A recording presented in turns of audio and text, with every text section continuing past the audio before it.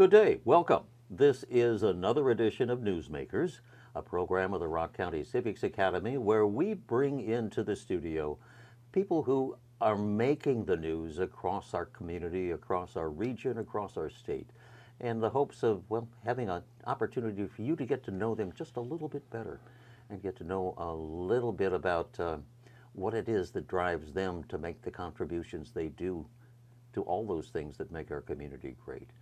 My pleasure to welcome into the studio former Governor Martin Schreiber. Welcome, sir. It's a pleasure to have you here. Well, Rich, it's a pleasure for me to be here, and quite a heartwarming welcoming I've received from everyone here in Janesville, beginning with the Rotarians this morning early at 7 o'clock in the morning. And so it's just such a very special privilege, not only for me to be here, but then to learn about what Common Sense Institute of Wisconsin is doing. So sometimes we think it's hopeless, but then sometimes we see glimmers of possibilities, and I think this is more than a glimmer of what you're doing of a possibility, and so I'm excited to be here, and I'm excited to learn about what Common Sense is all about. Well, one of our hopes and our goals with Common Sense is to really bring things to the basics so that people get a chance to meet the people behind the scenes that are making a difference in the community. And Martin Schreiber really has multiple chapters in life, but two very distinct chapters in your life, and one of those chapters we'll talk a bit more in the second half of our conversation. In the later chapter in your life, you made an enormous commitment of time, energy, talent, emotion, and your heart to becoming a caretaker for your beautiful wife. And that's kind of the topic of your book, My Two Elaines, which an incredible book, an incredible journey. I'm not sure where to start other than, I guess, at the very beginning. At what point in time did Elaine have that first diagnosis that said, all is not necessarily right? Well, Elaine was in her late mid-60s, 63 or 64 years of age, and this is the woman that I fell in love with and met when I was a freshman in high school in Latin class. And gosh, 4 children and 13 grandchildren, now 10 great-grandchildren, but my friend, my advisor, my companion, my life's partner. Everything that I was ever wanting to do in a dream, she would help me. And so if I would run for political office, she would be the hardest working campaigner. And if I would run and lose, she would never let me feel defeated. And I share with people of all of the things she could have ever done or did ever do for me. It's the understanding that, yes, we may lose things, but we can never, ever allow ourselves to feel defeated, no matter what. And so that was the first Elaine. And then the second Elaine, as I said, 63, 64 years of age, she began to get lost going to and from places she had been going to and from for 10 years. She was a great cook, sometimes messing up her recipes so badly she would cry. So that was the beginning of the second Elaine. And as this Alzheimer's disease then took its course, what happened was I learned some things, many of them too late, and things that I wish I would have known, and how I know I could have made her life better, and even my life better, had I been just understanding a little bit more about the impact of this disease emotionally, psychologically, physically. I'm going to guess, Governor, that when that first diagnosis came in, certainly there's the shock. But then there is that moment of you looking into Elaine's eyes and saying, I don't know what the future is going to bring. And it takes a while for that equation to include you as the caretaker. And that had to have been an amazing revelation at some particular moment. Well, on that matter, I contend if there's one thing worse than Alzheimer's, it's ignorance of the disease. And ignorance of the disease by any number of sectors, but one of them being the medical profession, who does not understand that when there is a diagnosis of Alzheimer's, there are two patients, the person who is ill and the caregiver. 40% of caregivers die before their loved one due to stress-related illness. And we've got to better understand that factor, because at that point then we can help caregivers not only better help their own chances of survival, but also have them have a better quality of life with their loved one as this journey continues to take its toll. And so I look back on that. I remember the diagnosis. I had no idea if I was on foot or horseback. I didn't know what. I had heard of Alzheimer's and just trying to get a handle on it, and well, things aren't going to be so bad, and Elaine was sort of all right for getting things here and there, but it's going to be okay. Well, as any caregiver will tell you, as time goes along, it's not all okay. You see your loved one passing away a little bit every day.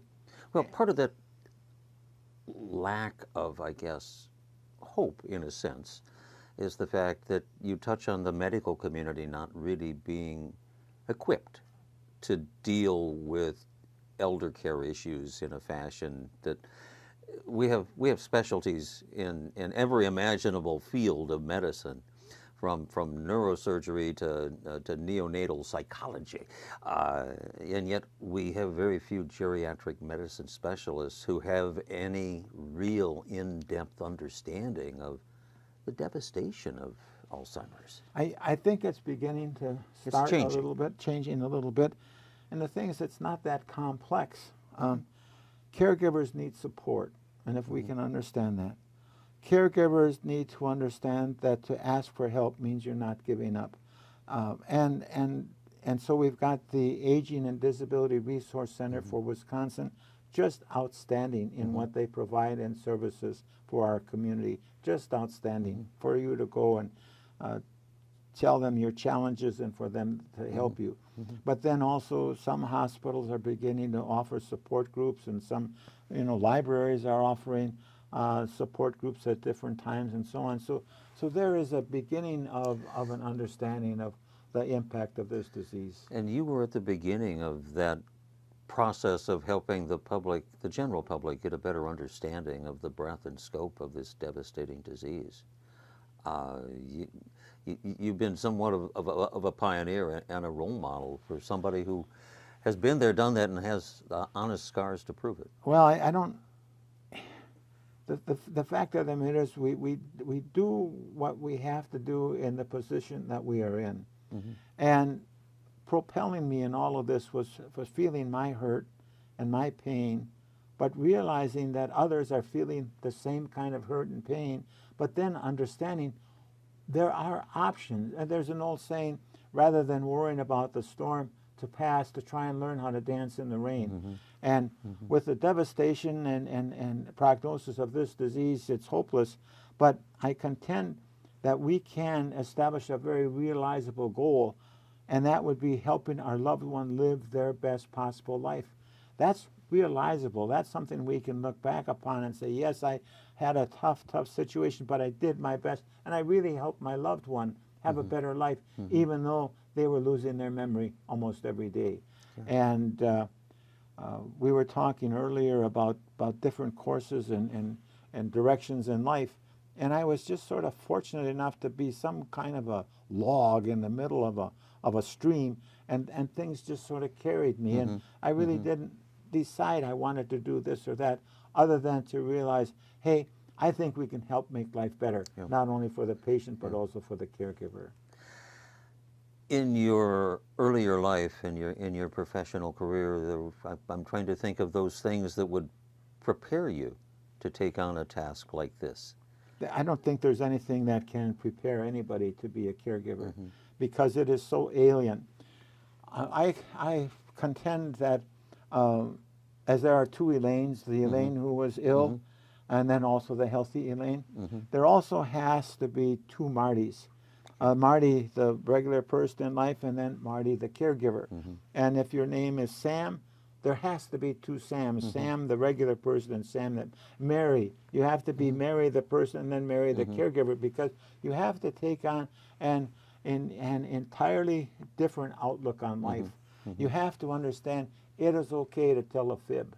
You have to understand it is not necessary to correct your loved one on everything. You have to understand that, yes, you should be asking for help. You have to understand that, yes, as prideful as we might be, we can't do it alone and we shouldn't do it alone. Yes, we have to understand that we owe it to our loved one to take care of ourselves so that we are in a position to not only help our loved one, but we've got children and grandchildren, we've got friends and neighbors and other people who we can have an impact on. And so we can't allow ourselves to be consumed by something which is incurable. We can allow ourselves to be consumed by something in which we know we can make a difference, but then also begin to understand that somehow or another this will pass.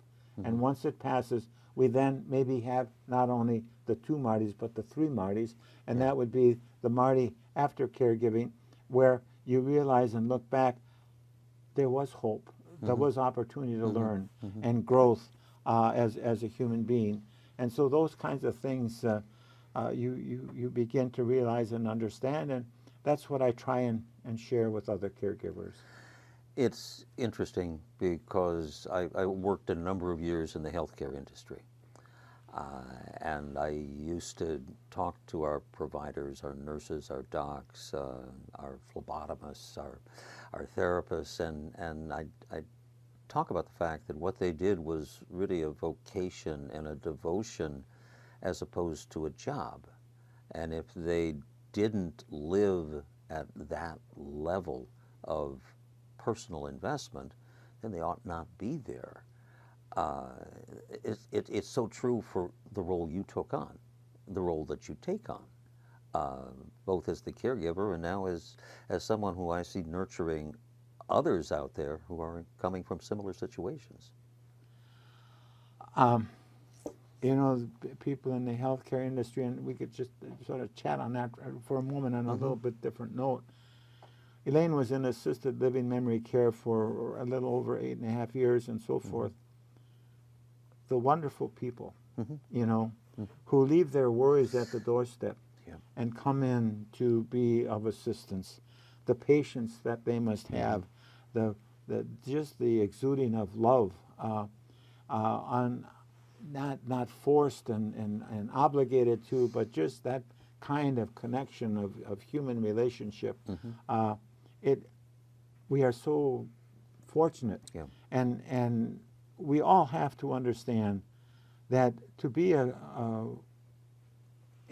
the medical field, to be a nurse assistant or to be a nurse in any kind of situation, we owe them so much of a gratitude for what they are willing to do, for the remuneration that they receive, and how they can extend their love notwithstanding their own worries and concerns about whatever might be going on wherever. Boy, we're sure fortunate in so many areas like that. We're really, truly blessed that there are people out there that are willing to take on these oftentimes thankless jobs and to do it with their full heart and their head and their soul. That's a fact. And we're truly blessed to have people like that. In my own experience, I shared with you prior to our conversation here an instance where, out of the blue, I'm having a conversation with somebody in another community, and your name came up in a very positive light. And fact of the matter is, it's because of you that he attributes his devotion to his work today as a coach and a mentor, and a sounding board, and for others who are experiencing that world of the second Marty, or that world of the second Elaine. So you've been able to capture some lessons that have been helping a lot of people, and so for that I'm exceptionally grateful and thankful. Well, you're kind. You know, we learn things, and then hopefully, as we learn and we think they're good things that we learned, we try and share them with other people. Particularly if we are angry with ourselves and frustrated because we learned them too late, or we should have learned them earlier. But by God, we finally learned them. And if we finally have an understanding, then to have the wherewithal, either by the one way or another to share an understanding of that with other people. That's a pretty special kind of experience, and a very rewarding experience. I mentioned this morning when I was with the Rotarians, I don't like golf. I like golfers, but I don't like golf. But this, what you and I are doing now, this is my golf. This is my opportunity for a good feeling about what it's like to hit an eagle. And I understand that's one below par, isn't it? I don't know what it is. What, two below par? A birdie and then an eagle. Okay, well, this is like an eagle. Maybe even the PGA tournament. It may well be. And I'm, you know, I've got my PGA tournament right on here. This is my Land's End vest and so forth. But so it's a wonderful feeling. And when you told me about this person in Alaska who had read the book and felt he was helped by it, that's a great feeling. That's a, and so we say, God, why do you put me through all of this? And I don't like it. And what are you doing? And so forth. And then after a while, we begin to see, well, maybe there is some good that can come out of this experience. And we try and grab a hold of that good, which we can experience and share it with other people. And wow, that's nice. So I've been, this is now, we're over 800 in presentations around the countryside. Wow. And one of the things about this is now, I'm at the point now, after 800 presentations, I now am staying awake during my entire talk. And, you know, what happens, I'm giving the presentation and I'm listening. I said, hey, this guy may have something to say. He may have something important to say. So I sort of stayed around there for a while and listened. I said, okay, well, I'll, you know, and then also, you should know, along with this, is the ability to laugh, to have humor. And as I meet with caregivers, we have lost we have lost laughter because we are so focused on with this disease. You think that you have now solved this issue with your loved one and everything is okay because now you've changed the locks on the door, and then you think everything is okay, and then because the disease is regressive, you wake up the next morning and oh my God, that's a whole new different world. We've got to do more than lock the doors. We've got to do something this or that. And so what happens then is as you experience one failure after another, you begin to feel that it's hopeless. And because you feel that it's hopeless, you begin to look for options on how to not feel hopeless. And I got into Beefeater's Martini. Boy, I'll tell you, that one at 4:30 was really good. The one at 5:30 was even better. The one at 6:30 was all right, I'll tell you. And so we get carried away on this hopelessness, and then we realize, well, maybe there are things that will offer us hope. And the toughest thing, I think, that handicaps just about everybody of the male gender is the ability to reach out and to say help to somebody. Well, and that's a lesson in and of itself, isn't it? Yeah, I'd like to put it a different way, and that is the overwhelming ego that we men have, and the overwhelming amount of pride that we have, all to the excess of our own self-interest, our own life, but also negatively affecting that pride and that ego affecting our loved one. And so Elaine is at home with me. My children have an intervention, and they say, Dad, if you don't do something, you're going to be dead before Mom. Finally decide, toughest decision of my life, that my wife should go into assisted living memory care. I go see my counselor, and I say, I cannot see putting Elaine into a nursing home. I can't see doing that. The counselor says, you're not putting Elaine anyplace. You are giving her a chance to be who she is now. That hit me on the side of the head, and I began to understand that me not wanting to put Elaine into a nursing home more was a matter of my pride and my fight against Alzheimer's. The question was not how do I satisfy my pride. The question was how do I help my loved one live their best possible life. So we men have to understand that, and again, we have to be You know, there's the first Marty who can have all of this ego and pride and so forth. And then there's second Marty who has to be intelligent and understanding and knowing sometimes that this ego and pride can be your worst enemy. And because of that, we should be making that adjustment. You had a career in the first Marty that probably more than many careers put you in a position where pride and ego took a front seat to a lot of other things, because winning was not just anything, winning was everything. And you and Elaine invested your life in public service. Tell us a little bit about that adventure, because in many respects, I believe that adventure helped you on this next chapter. Well, for a number of reasons. I mentioned before that if I would run for office, Elaine would be the hardest working campaigner, and if I would lose, she would never let me feel defeated. So that, among all the things of what I got out of public life, was one of them. But then also, so when people seek public life, public office, they do that because they have a certain feeling, a certain pride, authority in what they would like to have happen. So there has to be, I believe, a certain degree of that pride, of ego, in order to make the determination you're going to go through the election process, and because you know you can sort of make a difference.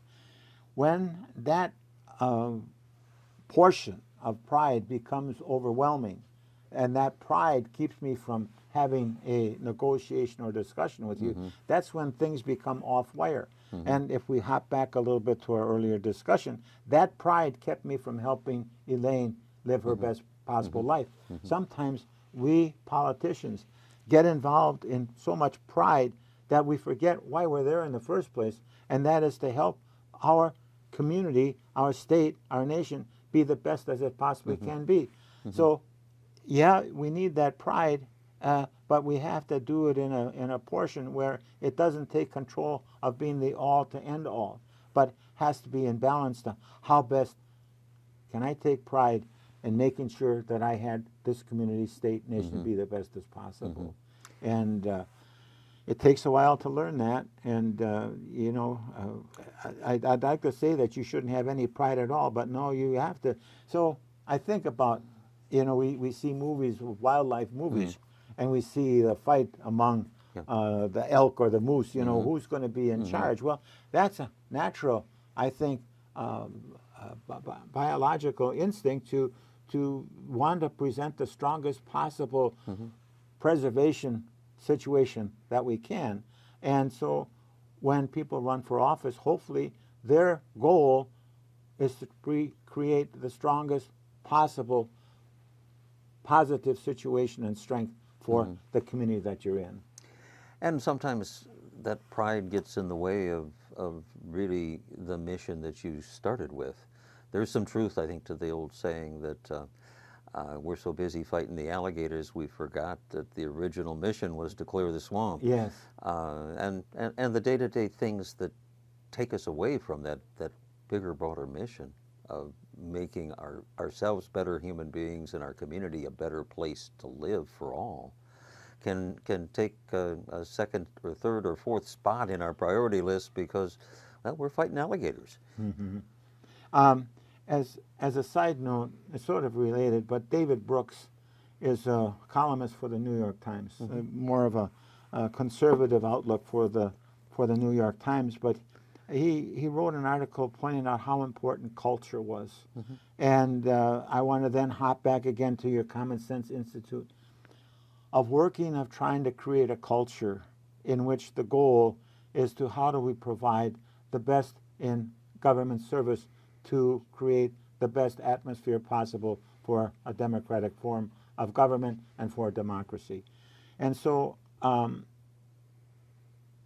that culture, if it's one of wanting to destroy your enemy in order to move forward, that's a bad culture. If we can create a culture in which we've got an idea of what's going to make us a better people and move, maybe a little disagreement on how we get there, but at least we know where we want to go. And So in my era, going back into the 60s and 70s, there was not the rancor that there Yeah. is now. And you could disagree without being disagreeable. For some reason, that's crept into our system where we figure that we've got to destroy our our opponent, destroy him in order for us to win. Well, what kind of situation is that when you have to destroy your own city in order to be the mayor of your own city? It makes no sense. It's so counterproductive. And it really goes back to a very simple principle. You got two of these and one of these, and you use them in that proportion, and you use them wisely in that proportion, you can learn so much more by listening. And it's an amazing thing when you can get people into a room to listen to each other and converse in a civil fashion and share the same set of facts, that oftentimes in that conversation they find that middle ground and they discover that they're not the enemies that they thought they were.